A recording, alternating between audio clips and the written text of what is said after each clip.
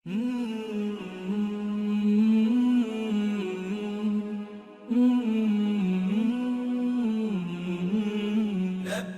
اللهم لبيك لبيك لا شريك لك لبيك إن الحمد والنعمة لك والملك۔ احرام آپ نے یہاں سے جب آپ میقات سے باہر سے جا رہے ہیں تو میقات سے گزرنے سے پہلے آپ نے عمرے کا احرام پہننا ہے۔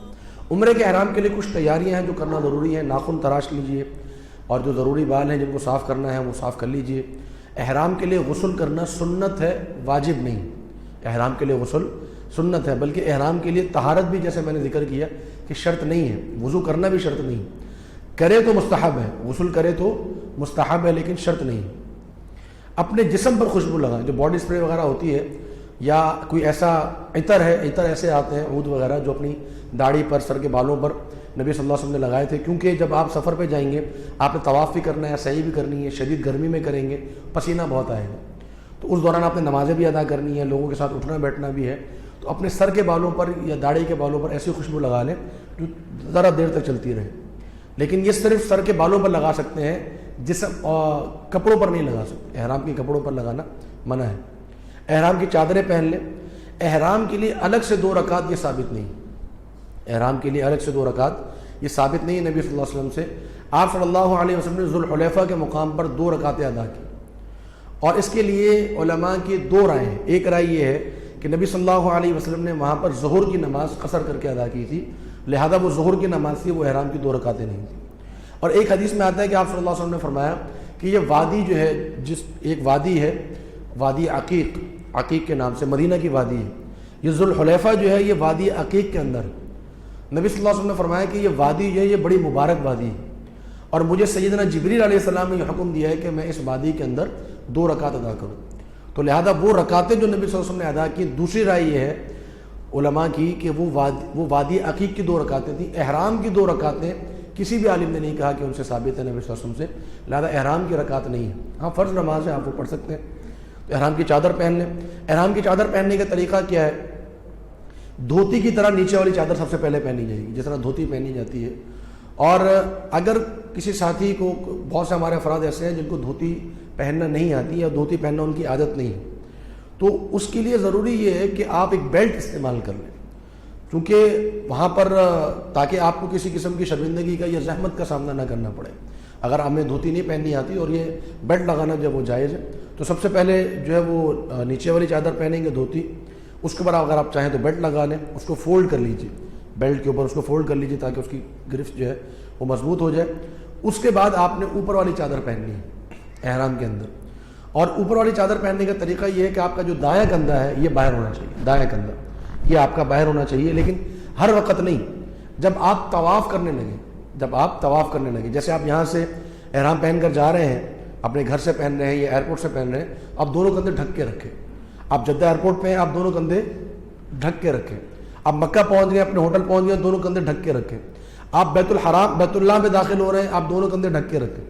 جب آپ طواف شروع کرنے لگے تو ایک کندھا، آپ یہ جو دائیں کندھا ہے اس کے نیچے سے چادر گزار لیں، اور یہ کندھا جو ہے باہر رکھنا، اس کو اجتباع کہتے ہیں، اور یہ نبی صلی اللہ علیہ وسلم کی سنت ہے۔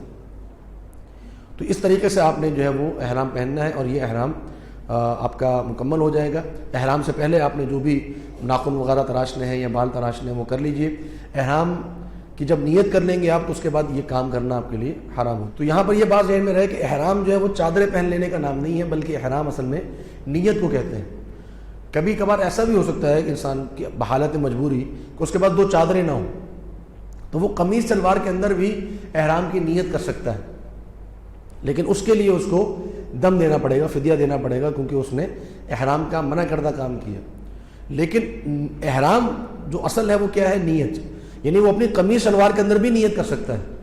یہ نہیں کہ اگر اس کے پاس 2 چادریں ہیں ہی نہیں تو وہ نیت ہی نہیں کر سکتا، وہ نیت کر سکتا ہے، لیکن چونکہ اس نے 2 چادریں نہیں پہنی ہیں اس لیے اس کو دم دینا پڑے گا، فدیہ دینا پڑے گا۔ تو اصل جو احرام ہے وہ ہے نیت۔ تو نیت آپ نے کیسے کرنی ہے؟ عمرے کی نیت جب آپ کریں گے، جب آپ جہاز پر ہوں گے اور اناؤنسمنٹ ہوگی تو آپ یہ الفاظ کہیں، لبیک اللہم عمرتن، اے اللہ میں حاضر ہوں عمرے کی نیت کر کے، لبیک اللہم عمرتن، یہ الفاظ آپ ایک دفعہ کہیں گے۔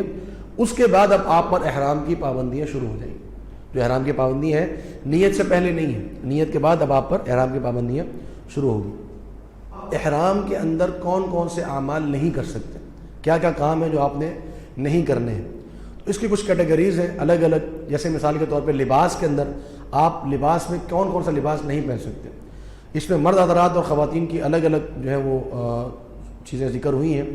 مرد حضرات جو ہیں وہ جسم کے مطابق سلا ہوا لباس نہیں پہن سکتے، چاہے وہ بیرونی لباس ہو چاہے اندرونی لباس ہو، چاہے وہ شرٹ ہو چاہے وہ بنیان ہو، اور چاہے وہ پاجامہ ہو یا آپ جو زیر ناف چیز پہنتے ہیں وہ ہو۔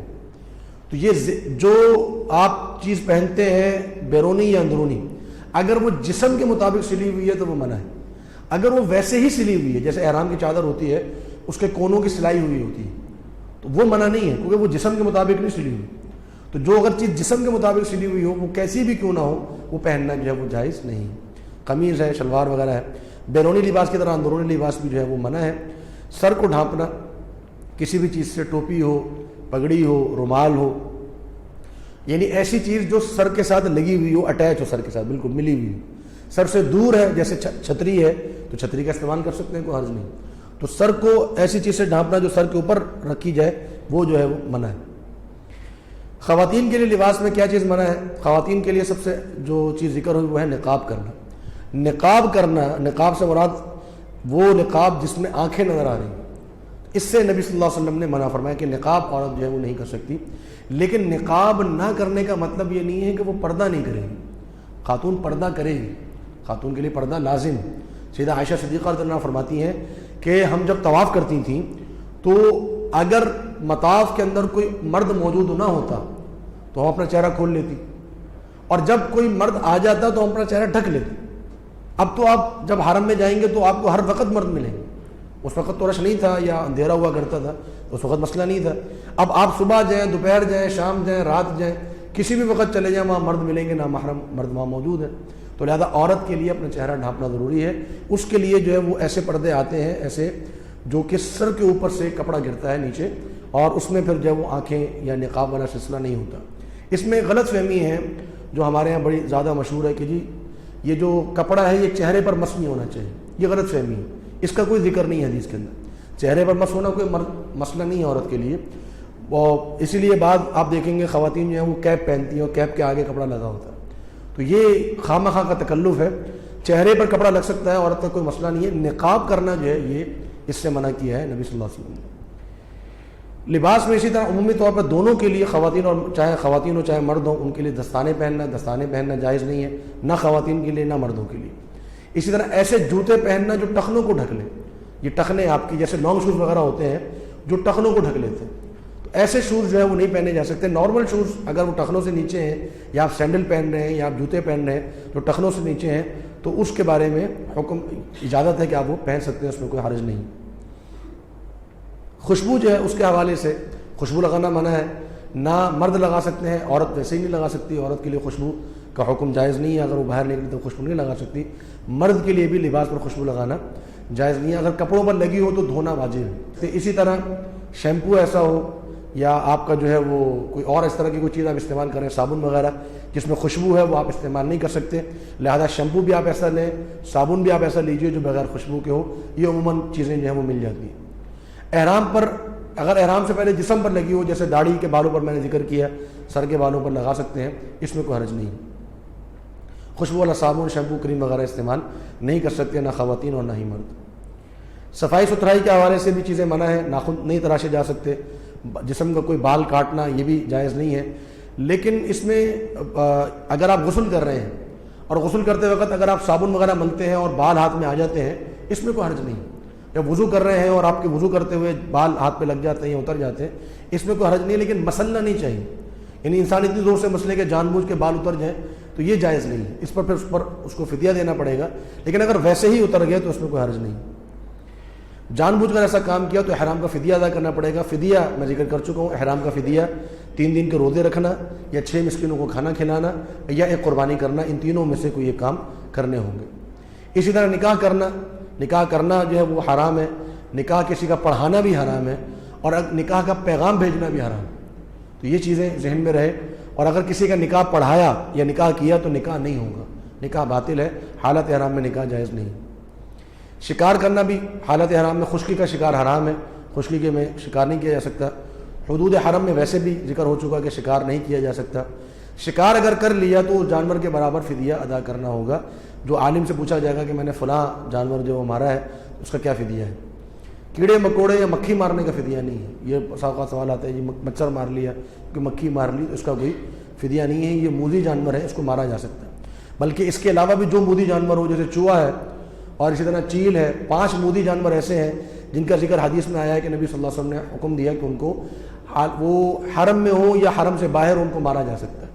اس میں چوہا ذکر کیا، کتے کا ذکر کیا، سانپ کا ذکر کیا، بچھو کا ذکر کیا، چیل کا ذکر کیا۔ تو جو بھی موذی جانور ہو، تکلیف دینے والا ہو، اس کو مارا جا سکتا ہے، اس میں حرج نہیں۔ ازدواجی تعلقات قائم کرنا یہ حرام ہے، بیوی کو شہوت کے ساتھ چھونا بھی حرام ہے، ہم بستری بالکل قطعاً حرام ہے۔ اور اگر کسی شخص نے عمرے کا احرام پہن لیا اور طواف سے پہلے اس نے اگر ہم بستری کر لی تو عمرہ باطل ہو جائے گا۔ طواف سے پہلے اگر کر لیا عمرہ اب اس کا باطل ہو جائے گا، لیکن پھر بھی اس کو عمرہ مکمل کرنا ہے، عمرہ اس کو کرنا ہوگا، دوسرا عمرہ بھی کرنا ہوگا، اس پر دوسرا عمرہ واجب ہو جائے گا، اور اس کے ساتھ ساتھ اس کو ایک جانور بھی قربان کرنا پڑے گا اگر اس نے طواف سے پہلے جو ہے وہ تعلق قائم کر لیا۔ اور اگر طواف کے بعد تعلق قائم کیا اور ابھی اس نے احرام کھولا نہیں تھا تو پھر عمرہ باطل نہیں ہوگا، اس کا عمرہ پورا ہو جائے گا، البتہ اس کو ایک جانور جو ہے وہ قربان کرنا پڑے گا۔ تو لہذا اس چیز کا خیال ہونا چاہیے، یہ ازواجی تعلقات جو ہیں وہ حرام ہے۔ احرام میں کون سے امور جائز ہیں؟ یہ امور جائز اس لیے بیان کر رہا ہوں کیونکہ اکثر لوگ اس میں غلط فہمی کا شکار ہوتے ہیں کہ شاید یہ جائز نہیں ہے۔ جیسے چھتری یا کسی اور سایہ دار چیز، اس سے آپ سایہ حاصل کر سکتے ہیں، کوئی منع نہیں ہے۔ سر پہ سامان رکھا جا سکتا ہے، اگر ضرورت پڑ جائے تو سامان سر پہ رکھا جا سکتا ہے۔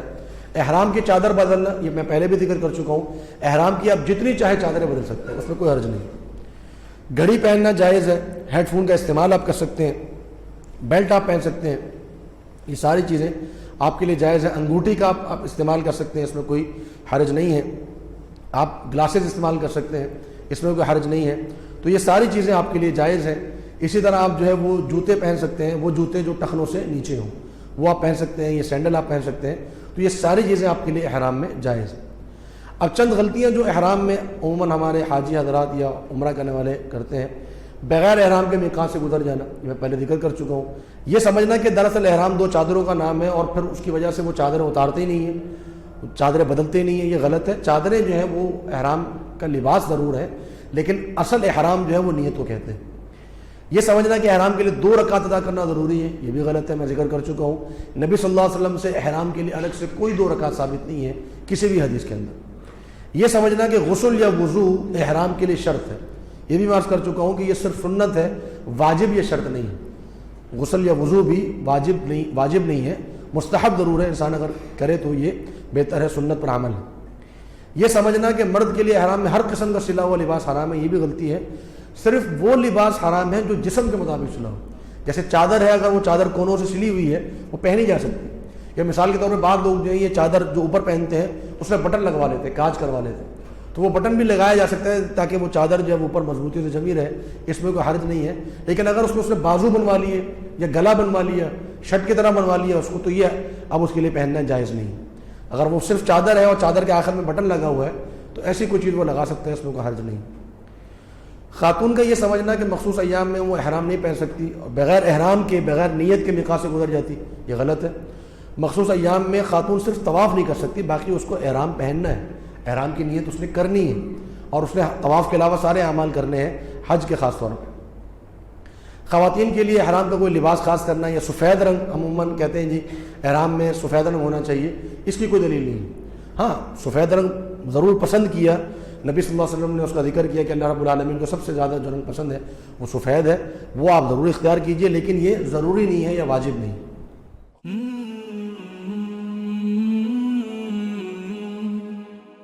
سبسکرائب کریں اور بیل آئیکن پر کلک کریں تاکہ آپ کو بر وقت ہماری ویڈیوز کا نوٹیفیکیشن مل سکے۔